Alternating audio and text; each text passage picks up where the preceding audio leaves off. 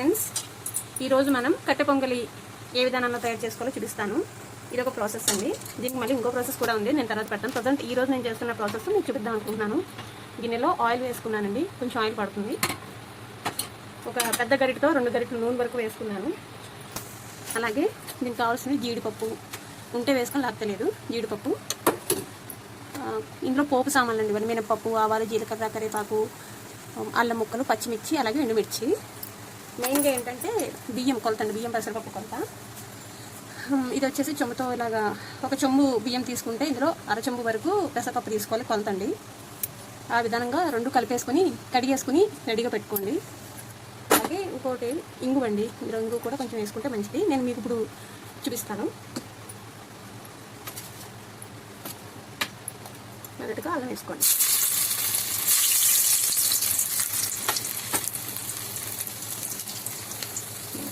తర్వాత వచ్చి మినప్పప్పు. మంట ఇప్పుడు కొంచెం మీడియంగా పెట్టుకోండి.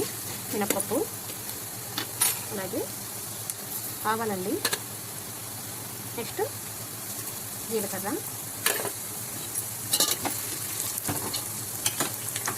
అసలే ఇంగ్రీడియంట్ మిరియాలు. నేను మిరియాలు డైరెక్ట్గా వేసుకుంటారు, నేనైతే పొడి చేసి వేసుకుంటానండి. మిరియాల పొడి ఒక అంచనాగా వేసుకుంటానండి. మీరు కూడా చూసుకుని ఘాటుని తినేదాన్ని బట్టి చూడండి. కొంచెం కారము ఘాటు అలా తినే వాళ్ళైతే కొంచెం ఎక్కువ వేసుకోండి. ఘాటు కారం తక్కువ తినే వాళ్ళైతే తక్కువ వేసుకోండి. అంతే. ఈ విధంగా పోపు అంతా కూడా ఈ విధంగా తక్కువ వేసుకోవాలి. తర్వాత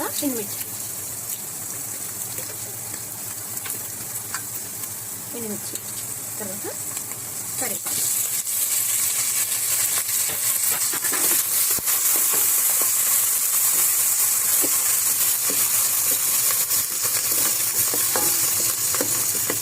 పోపు అంతా చక్కగా ఇలా వేస్తూ ఉండాలండి. ఇప్పుడు లైట్గా ఇంగు కూడా ఇలా వేసుకోవాలి.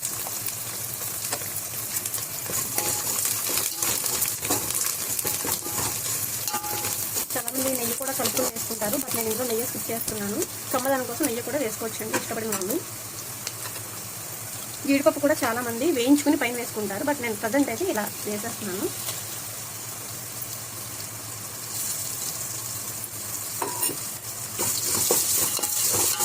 జీడిపప్పు కూడా లాస్ట్ ఇలా వేసుకుని లైట్గా వేయించుకోండి. కొంచెం పోపులో ఎక్కువగా ఉంటేనే బాగుంటుందండి, ఎందుకంటే బియ్యము పప్పు మనం తక్కువ చేసుకోం కదా.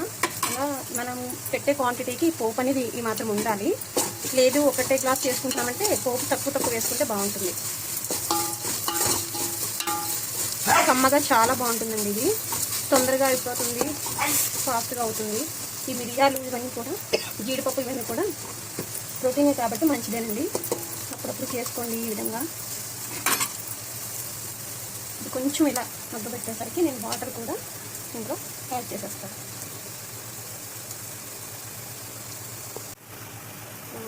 కొలతండి ఇది, వాటర్ కొలత.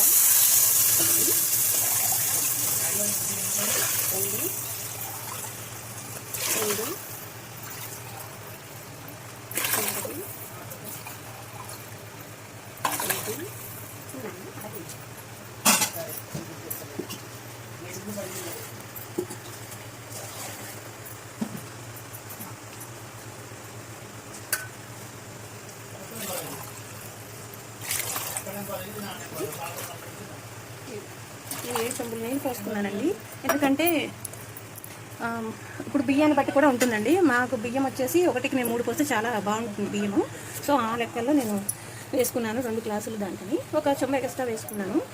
అది కూడా కొలత మీ బియ్యాన్ని బట్టి చూసుకోండి. ప్రాసెస్ అయితే ఈ విధంగా. ఇప్పుడు ఈ నీళ్ళు ఏవైతే ఉన్నాయో ఈ ఎసరంతా కూడా చక్కగా ఉప్పు వేసుకోవాలండి. సరిపడా ఉప్పు వేసేసుకున్నాము.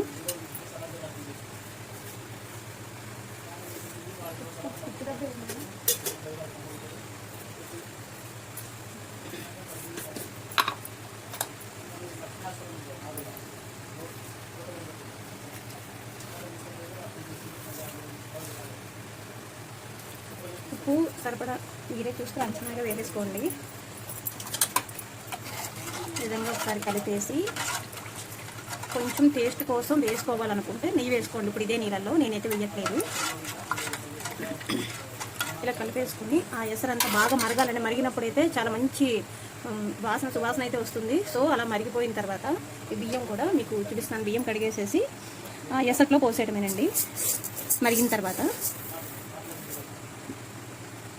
మసులుతూ ఉంటాయండి. మసులుతున్నప్పుడు మనం ముందుగా ఇలా మనం కడుక్కున్న బియ్యాన్ని ఇందులో వేసేసుకుంటాం.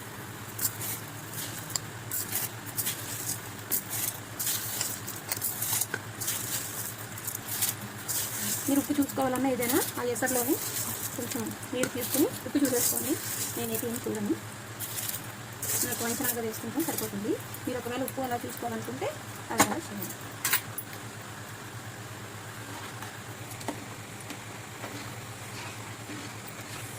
ఈ విధంగా అండి వేసేసుకుని ఒకసారి కలుపుకొని మూత పెట్టుకుంటే ఇంకంతా అయిపోతుందండి, చక్కగా ఉడికిపోతుంది. మీకు అప్పుడు చూపిస్తాను.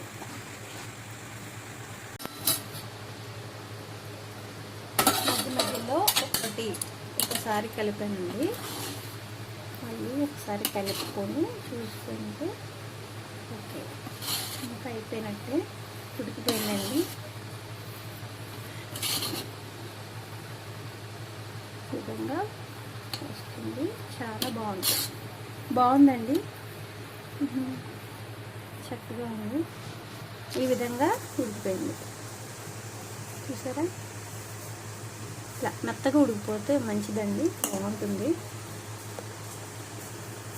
తయారైపోయినట్టే అండి. ఒకసారి ట్రై చేసి చూడండి ఇంట్లో, చాలా బాగుంటుంది.